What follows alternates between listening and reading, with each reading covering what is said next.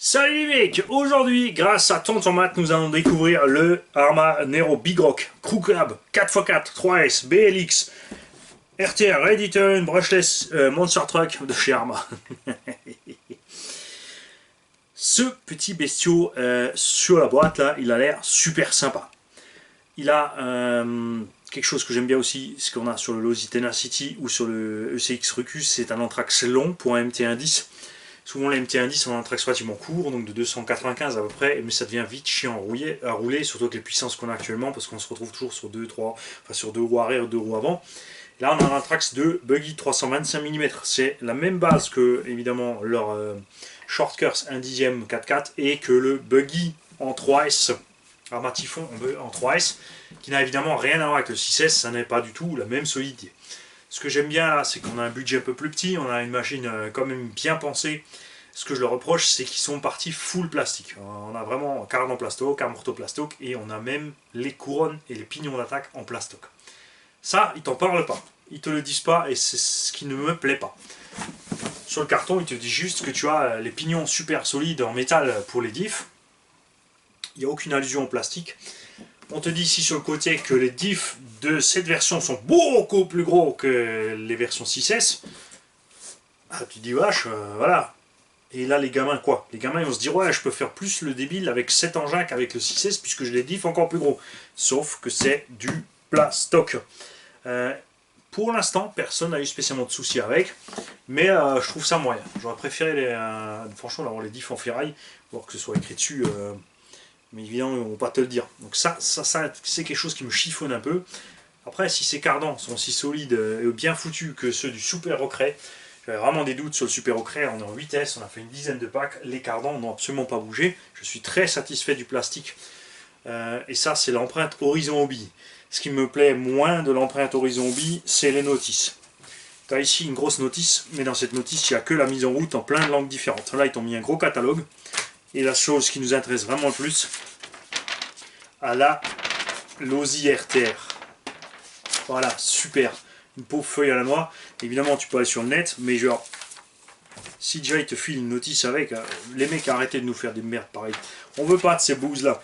On veut un vrai manuel où il y a ça dedans, et ensuite suivi de ça, l'éclater et tout.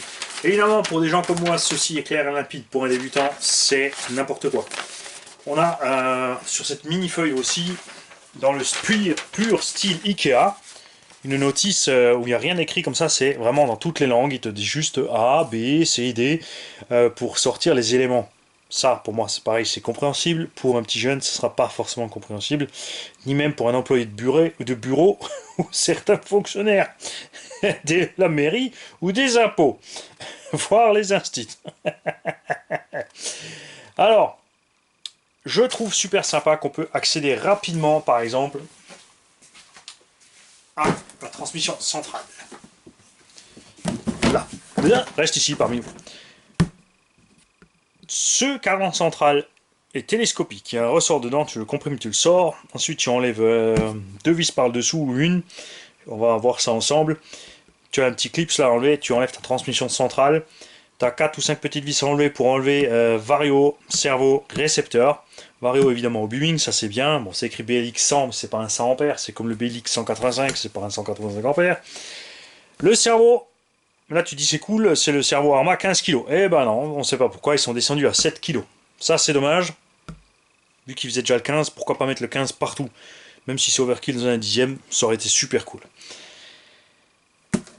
Accès rapide au diff avant-arrière, en demi-coquille par le haut. Et diff par contre, comme dit, pleinement en plastoc.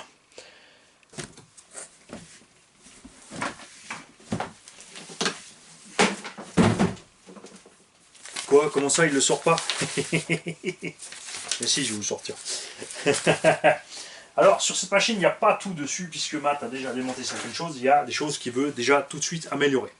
Et voici le bestiau. Et quand tu le vois comme ça en vrai, regarde, c'est perso, je trouve ça moche. Là, ça fait limousine à rallonge. C'est pas spécialement beau. Ça sera stable sur le terrain, c'est sûr. De devant, par contre, ça a de la gueule. Ça, c'est clair, je dis pas. On est bien léger, mais je suis pas super content des suspects. On est, comme souvent, mou devant et dur derrière. Alors que moi, je suis bien à l'aise avec les réglages inverses. Plus dur à l'avant, plus souple à l'arrière. Tu accélères ton engin squat, mais il faut qu'il puisse rester encore plus souple pour arriver dans les ornières. Là, quand tu tapes une ornière, tu catapultes le cul. Et quand tu tournes, tu t'écrases. Tu as la roue arrière qui décolle. Ça le rend maniable parce qu'il tourne sur 3 roues. Mais c'est pas top. Quand la suspension est plus dure, ça ne dérange pas dans le terrain, puisque justement tu es comme ça en train d'accélérer, la suspension avant déleste et elle est donc dans sa phase détendue où elle peut bien bosser. Là, surtout quand l'atterrissage, souvent on tombe un peu plus souvent sur le nez que sur le cul, donc je suis pas fan. Après, il y en a plein qui aiment rouler comme ça, chacun son truc. Mais on aimerait bien qu'il fasse l'inverse. Enfin perso. La carreau est très bien faite et très détaillée. Et je dois dire, pour une carreau en Lexion de 1/10, ils ont mis honnêtement la qualité d'un 1/8. Clairement. On est loin, de loin mieux que les carrosseries en papier mâché HPI et Traxxas. Ça, c'est certain. Les pare-chocs, un grand classique, relié à la cellule du bas et en haut avec un petit anneau en plastique ovaloïde pour encaisser un peu les chocs. On aurait aimé peut-être un peu plus flex et un peu plus loin de la carreau, mais bon, ça va bien avec le look. Après, il faut aussi pouvoir franchir, et c'est important pour franchir que les roues dépassent des pare-chocs. Tourelle de suspect, là je suis totalement fan. Ça, c'est ce que Obitech aurait dû faire, bien mieux que le rallye alu à 2 balles qui se plie comme un rien. Une tourelle épaisse comme ça en plastique avec des nids d'abeilles, ça ne bougera absolument pas. Ce dont je ne suis pas fan, c'est les amortos. On a déjà plein de gens qui ont eu des soucis avec ces amortos, fuite et casse. Le capuchon, tu as l'impression que c'est écrit dessus, je vais m'arracher au moindre coup. Quand tu vois ce plastique et quand tu le touches, tu vois vraiment, tu as l'impression d'un plastique cassant. Et c'est ce qui arrive malheureusement. Ce qui est de la balle, ce sont les fusées et les chapes qui sont vraiment solides. Et on a une protection ici pour le cardan. C'est quelque chose que Obao faisait dans le temps, qui a disparu chez Obao. Eh bien, je suis très content que Arma l'ait repris, c'est vraiment super. Biellette à pas inversé partout. Donc le Vario Obi-Wan avec des condensateurs en plus. Chez Arma, ils mettent toujours des condensateurs en plus. Est-ce que c'est vraiment utile? Genre, j'ai jamais eu de souci avec les Vario Obi-Wan d'origine. J'ai pas eu besoin des condensateurs en plus. Après, c'est peut-être pour utiliser un Vario plus petit avec un moteur qui est peut-être trop gros pour ce type de Vario en théorie. Là, on a un moteur qui est bien dimensionné par contre. On a un 3660 3200 kV. Ça, c'est un super choix. Je dirais que c'est dans les MT 1/10 le meilleur choix qu'on voit multi-constructeur. Les autres vont sur des moteurs plus petits ou alors avec plus de kV, ce qui est trop pour ce genre d'engin avec ce poids. On arrivera quand même ici avec une batterie 3S à peu près 3 kg. Donc ce moteur ici est très bienvenu. Il sera très coupleux, il ne tournera pas trop vite. Moi, je vois ça très bien. Livré avec un immense radiateur d'origine qui est aussi super bien pensé, c'est génial, les autres ne le font pas non plus, ça c'est très bien. Beaucoup de place pour la lipo, des réglages pour placer la lipo plus devant ou plus en arrière. On aurait pu franchement avoir toute la place ici pour mettre des lipos plus longues et encore plus grandes. Ils ne l'ont pas fait parce qu'il n'y a pas besoin, évidemment. Là, il manque le cerveau, puisque Matt m'a donné un cerveau avec beaucoup plus balèze et waterproof pour mettre dedans. Celui d'origine aussi à waterproof, mais comme il ne fait que 7 kg. La roulette, simplement pensée, efficace. Là aussi, jusqu'à présent, on n'a pas de souci de casse avec. Elle a l'air assez flex et en plus, elle est réglable. Ça, c'est génial. On a des montants de carreaux qui sont réglables. On n'a pas une grande plage de réglage, mais c'est déjà ça. Et l'essentiel pour éviter, ce sont les pneumatiques. Et là, on a franchement une super impression de gomme. Il y a de la mousse dedans, mais pas très épaisse. C'est relativement mou, mais ce pneu pourra encaisser donc ce que la suspecte ne pourra pas encaisser. Et moi, je trouve ça vraiment très très bienvenu sur AMT. On n'a pas de diff central, on a un slipper. Pour atteindre ce slipper, il te faut la clé Allen qui est fournie dans le carton. Et il faut enlever l'arbre de transmission centrale. Tu le recules. Et là, Jérôme, tu te tais. Hein, monsieur Ego. Alors attends, bon, ça marche pas tout seul, hein, c'est neuf. Voilà. Tu recules la partie ici et ensuite tu peux sortir ton cardan. Évidemment, là il est un peu en travers, donc ça sort pas facile. Le plus simple c'est de le démonter en 2 morceaux, tu vois. Et là tu peux sortir ton cardan. Ça donne pas une super impression de solidité cette transmission centrale. Ceux qui en ont, dites-moi ce que vous en pensez, si vous avez eu des soucis avec ça. Franchement, ça respire pas la solidité ce plastique. Je suis un peu sceptique. Et pour enlever donc la transmission, tu enlèves cette vis là, ce qui te permet d'enlever ce patin rouge ici, sur le côté. Et ensuite, tu prends la machine contre toi, tu me prends tes deux mains, tu lèves ici la languette et tu tires fermement vers toi et tu arriveras à simplement enlever la transmission principale. Pour l'entre-dents, tu as des trous de calage prédéfinis, tu n'es pas obligé de t'amuser à régler. C'est par pignon, 13, 14, 15, 16, 17. Tu as un trou de fixation par type de pignon, ça c'est cool. Donc pas de problème de réglage d'entre-dents. Pour enlever ensuite un diff, tu enlèves les 4 vis là. Tu enlèves les 2 vis ici qui sont dans le pare-choc. Ici c'est la perforation pour arriver au pare-choc. Tu peux enlever le skid et le pare-choc. Là, tu as le haut de la cellule qui part. Et tout ce que tu as à faire, c'est tirer les télescopes des cardans dehors et tu te retrouves avec ton diff en main. Diff, comme dit, je suis déçu, je m'y attendais pas du tout. J'ai vu ça sur le carton quand j'ai vu que c'était une pièce machin. Je me suis dit, c'est pas possible que ce soit en ferraille. Effectivement, le diff complet est en plastoc, il n'y a que les pignons à l'intérieur qui sont en métal. Donc pour atteindre le slipper, tu glisses ta clé à laine ici à l'intérieur pour le serrer. Donc tu fais gaffe, tu ne massacres pas l'empreinte parce que c'est au fond de la gorge. Donc si tu flingues cette vis, c'est foutu pour démonter le slipper après. C'est Mimi, c'est rara, c'est la même merde. Pour le remettre, c'est facile, tu glisses dedans, tu tournes ta transmission, ça va se remettre tout seul. Et tu te fais pas piéger avec le roulement qui doit rester dans sa fixation. Qui est d'ailleurs une espèce de clips. C'est pas top tout ça. Enfin, ça me paraît un peu... À force de vouloir faire pas cher, ils ont peut-être fait un peu trop. Non, ça va bien. Voilà, au niveau des plastiques, un peu dur. Perso, je trouve, par rapport à certaines autres marques, on a une sensation un peu dure. Bon, ça a l'air quand même assez solide, mais faites gaffe. Cette base est la base qui est utilisée pour les versions 4S. Là, je suis pas pour du tout. Déjà en 3S, il y a des caches là-dessus. En 4S, même s'ils ont renforcé certaines pièces, j'ai vu des vidéos casse de châssis, amorto triangle, enfin les amortos s'arrachent de toute façon sur les retournements. Et comme dit, même le châssis finit par casser en 4S. Au niveau des triangles ici, ils arrachent les axes de la partie ici principale qui est dans le châssis. Connaissant Arrma, ils vont réagir rapidement, on l'espère. Ils ont aussi un souci avec le Kriton V4, avec le renfort qu'ils ont mis. On a l'effort qui se met ailleurs sur le châssis et les châssis se plient sur les Kriton V4. Sur les gros sauts, en utilisation normale, ça devrait bien se passer. Le sauve-cerveau de ce petit engin est monté directement sur le cerveau. Ça, je suis pas fan non plus, rarement réglable. Là, je l'ai pas, donc je peux pas vous le dire. Parce que Matt l'a démonté, au moins qu'il me l'a mis quelque part à l'intérieur des sachets. Matt m'a envoyé des pare-chocs avant-arrière renforcés, fixés sous la machine. Si je retrouve la marque, je vous donne la marque. On a l'outillage d'origine qui est avec des clips pour les ressorts de suspension et les petites clés à laine. Une clé pour enlever les roues qui me paraît bien faible. Matt a opté pour une radio Goul RC avec un réglage de puissance. Cet engin est arrivé encore avec...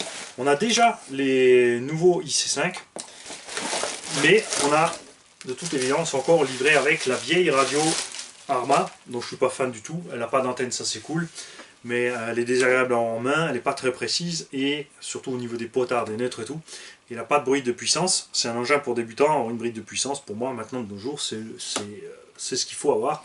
Donc il s'est pris une petite radio Goul RC qui dispose de cette petite bride de puissance.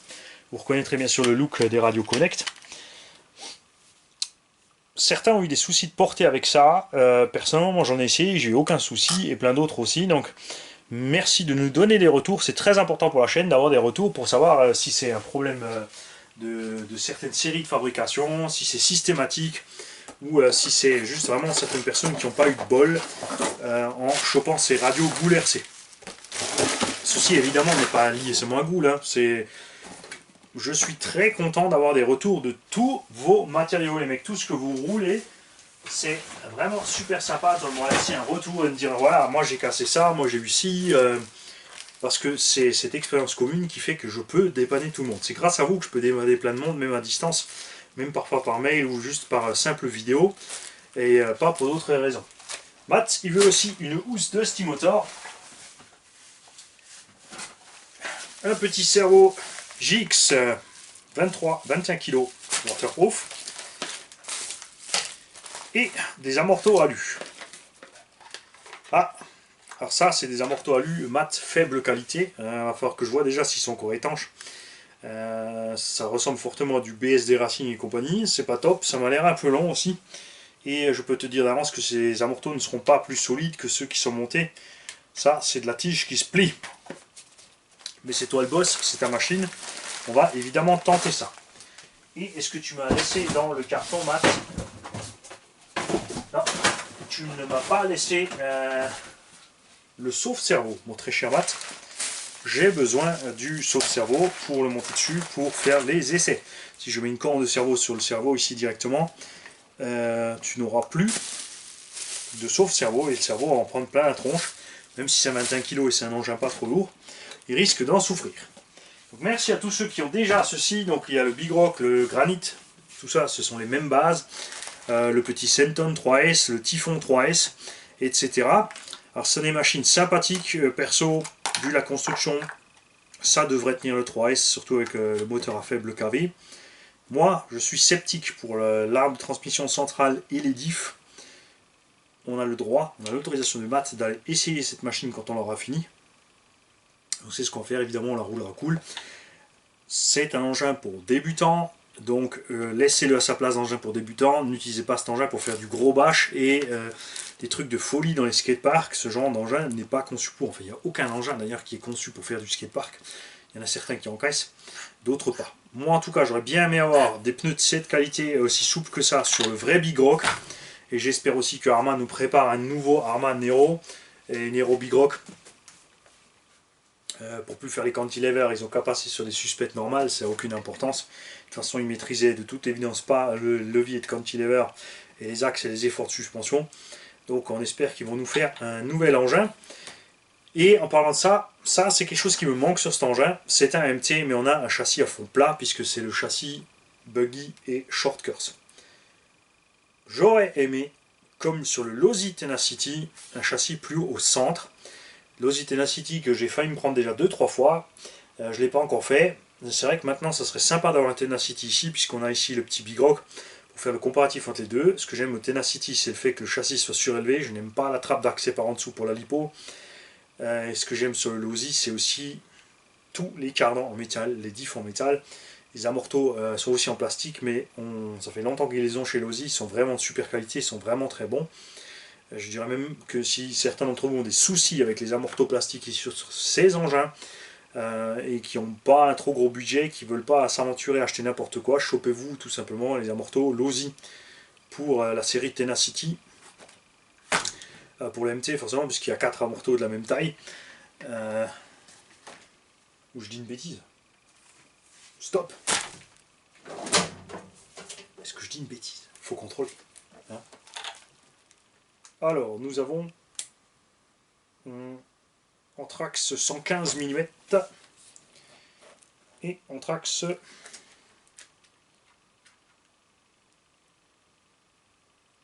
105. 105. 115. On n'a pas 4 amortos de la même taille. C'est pas très grave.